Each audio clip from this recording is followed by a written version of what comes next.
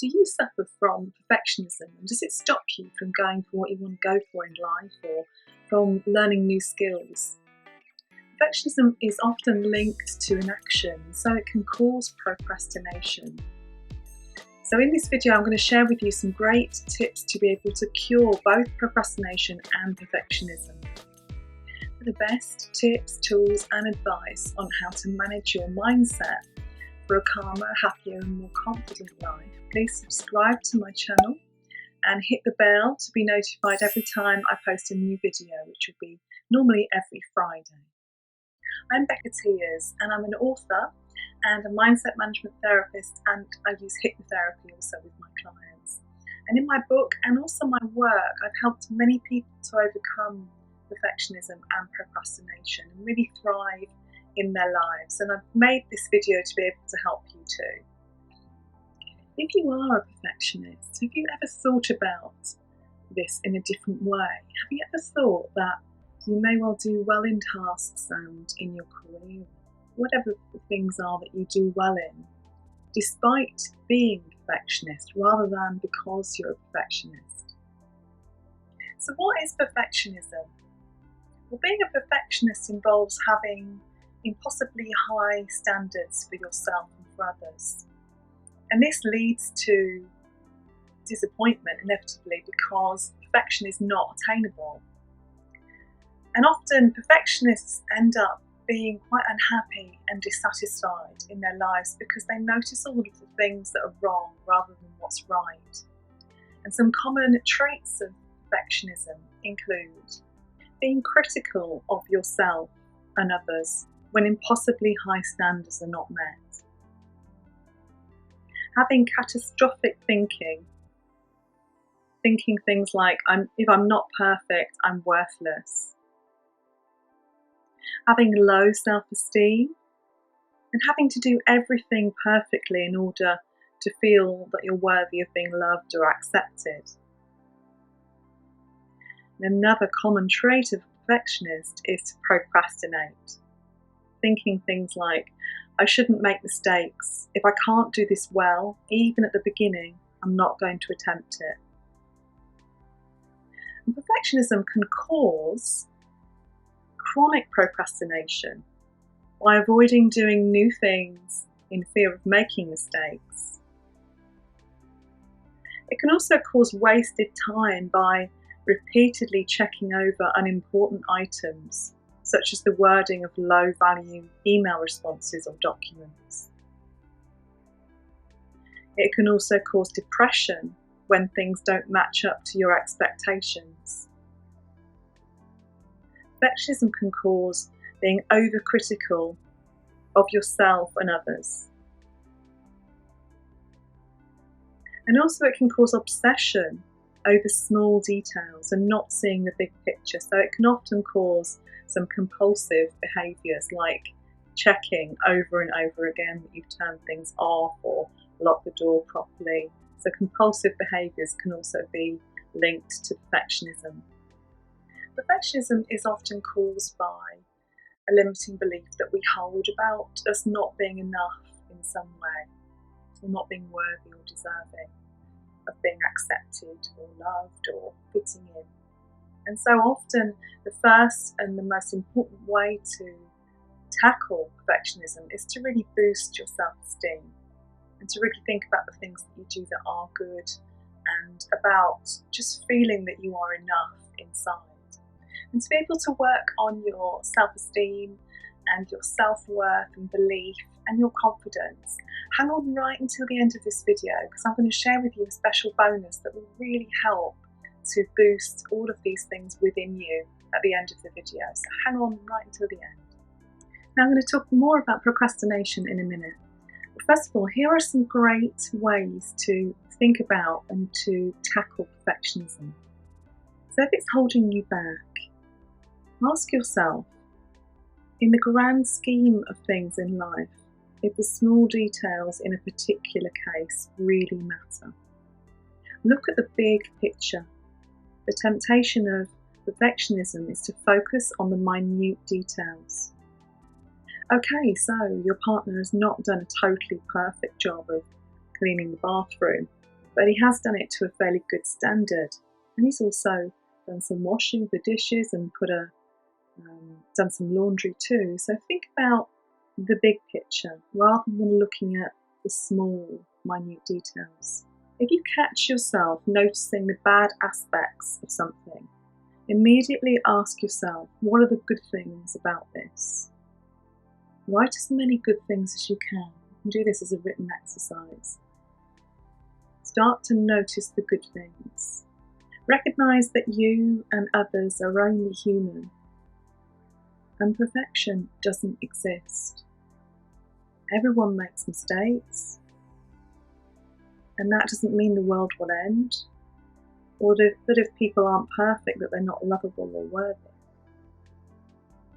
And if you look around at different things in your life and in the world, notice how nothing is really perfect. You can look at items and things around you, like maybe look at a plant and really study it and look at how the leaves are not perfectly formed. Perhaps they're irregular and maybe, it's more heavy on one side than the other side. Just notice that nothing is perfect.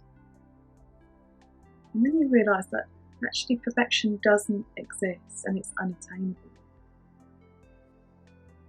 Ask yourself, what is the worst thing that can happen if a task is not done perfectly?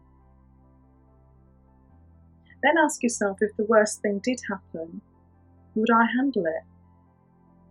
And how would I handle it? And then you can use some affirmations that are really powerful to help you to get over perfectionism. And affirmations are words of power, statements of power, to be able to rewire your mind to think more positively. So here are my favourite affirmations for perfectionism. I forgive myself for my mistakes. I am human. My imperfections are part of me.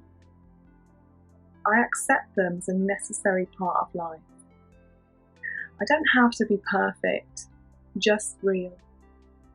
And just me. I am good enough. I am enough. I let go of the need to be perfect. I let go of perfectionism and I move on with an open heart. I truly love and accept myself just as I am. I truly love and accept others just as they are. So one really, really powerful way to cure perfectionism is to notice the good things. So say for example, if you go out for a meal and your tendency is to notice all of the things that are wrong. So perhaps the host doesn't let you in straight away, or doesn't have eye contact with you straight away, or maybe you sit down and the seat's hard and a little bit uncomfortable, and then the drinks don't arrive quite in the time that you would like them to.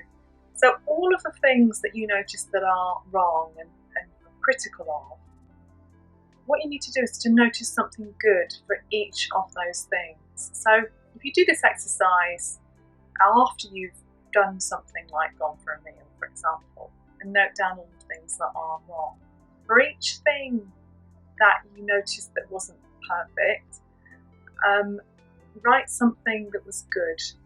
So maybe it was, the waiter was really friendly and really attentive.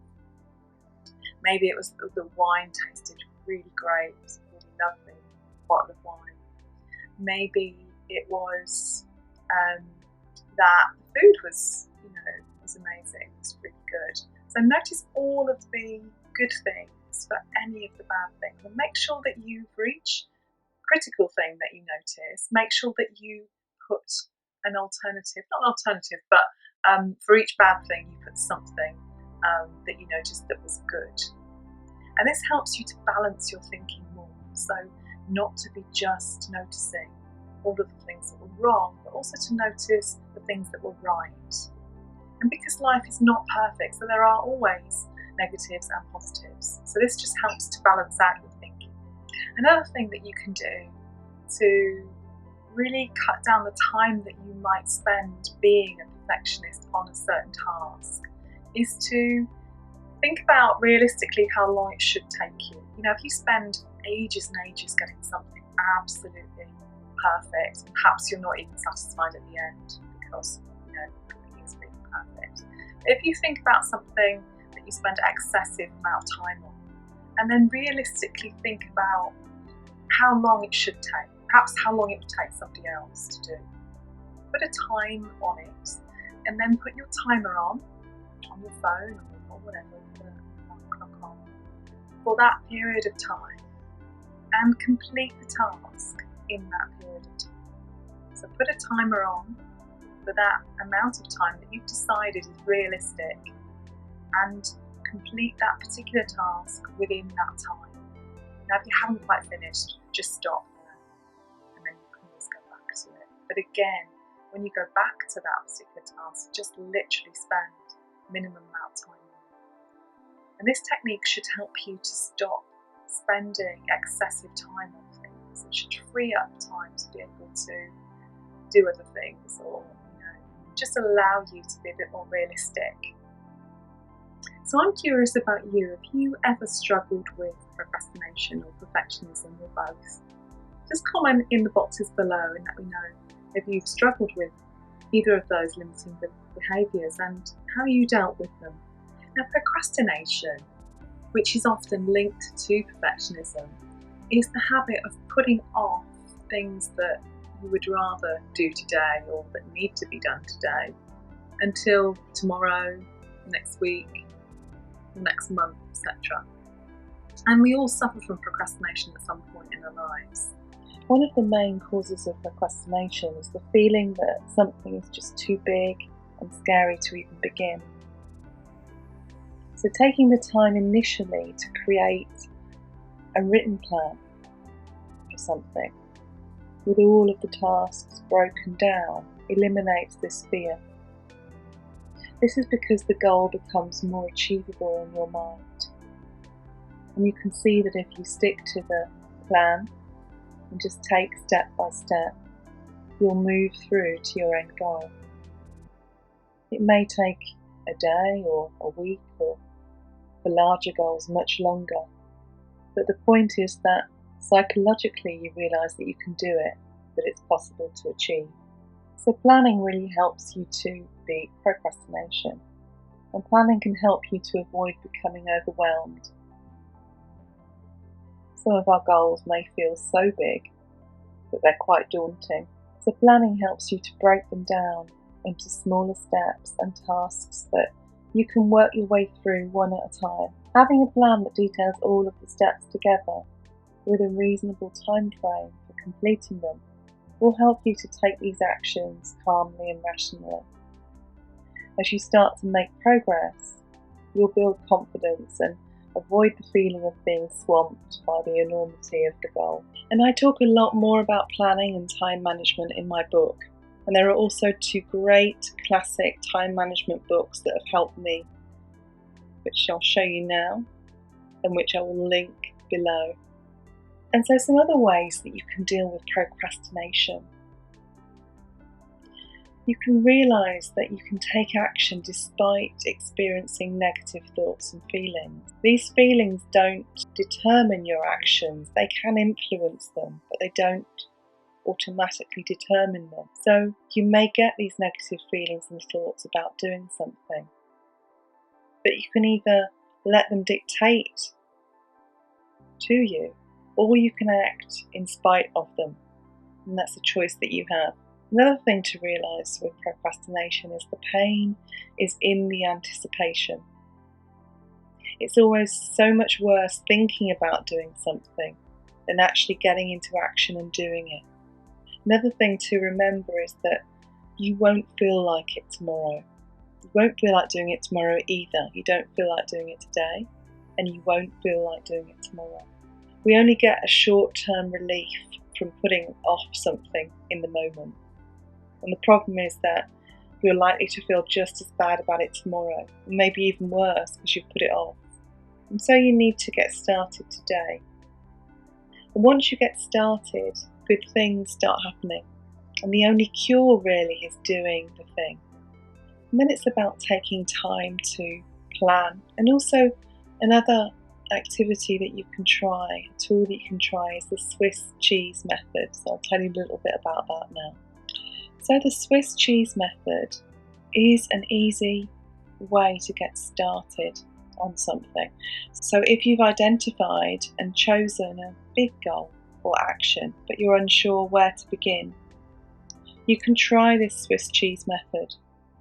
Lakein, who wrote one of those books that I talked about, advises that if a task is overwhelming you, you poke holes in it like Swiss cheese. The holes represent small parts of this task that takes small chunks of time, and once you've made a few holes, the overall task will seem less scary and looming, so you gain momentum and confidence. So the secret to getting ahead is just getting started. And once you get started, you'll gain confidence, momentum, and you'll already be involved. And it's so much easier to continue than start something. And you'll be surprised at how much you can do in small chunks of time. Even if you only have a few minutes to spare, you can still attempt the Swiss cheese method. Rather than avoiding starting the larger job, you can start to put a couple of holes in the cheese. So how to do the Swiss cheese? You identify a large or overwhelming task, and to start thinking positively, get yourself in the right frame of mind. So take a few minutes to close your eyes and imagine how you will feel once the whole task is complete. Then you would brainstorm and create a list of short or instant actions to complete this task. Just write everything down that you would need to do. You may need to break down larger steps into smaller chunks to come up with your list of small items. Put these tasks in order of priority. Put a number by each one.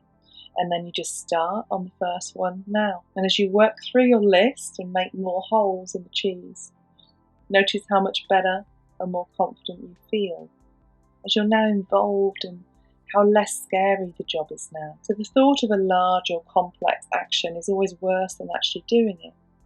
And once you've started and are involved, you'll be surprised at how much easier the task is than you initially thought. And you'll power forward and find it so much simpler to complete it. And the final way that I think is really powerful for helping you to get over procrastination is to make tasks less aversive and more attractive. So remember your why and picture the end result. Connect this action or task with the future outcome that it's helping you to get to. Ask yourself how this task or action will help you live the life of your dreams, or will help you live out your values. And always remember that, remember your why, and connect to that with the action. I hope you liked this video and it gave you some great ideas on how to cure and get over procrastination and perfectionism. And if you liked it and found it helpful, please do give it a like and consider subscribing to my channel. When you support my channel by subscribing, it gets seen, these videos get seen by more people and can help more people. So please do subscribe. Also, please do share this video with anyone else that you feel will benefit. Here are some other videos that you may also find interesting. And thanks so much for watching and spending your time with me. And until the next video, when I see you again, please take good care.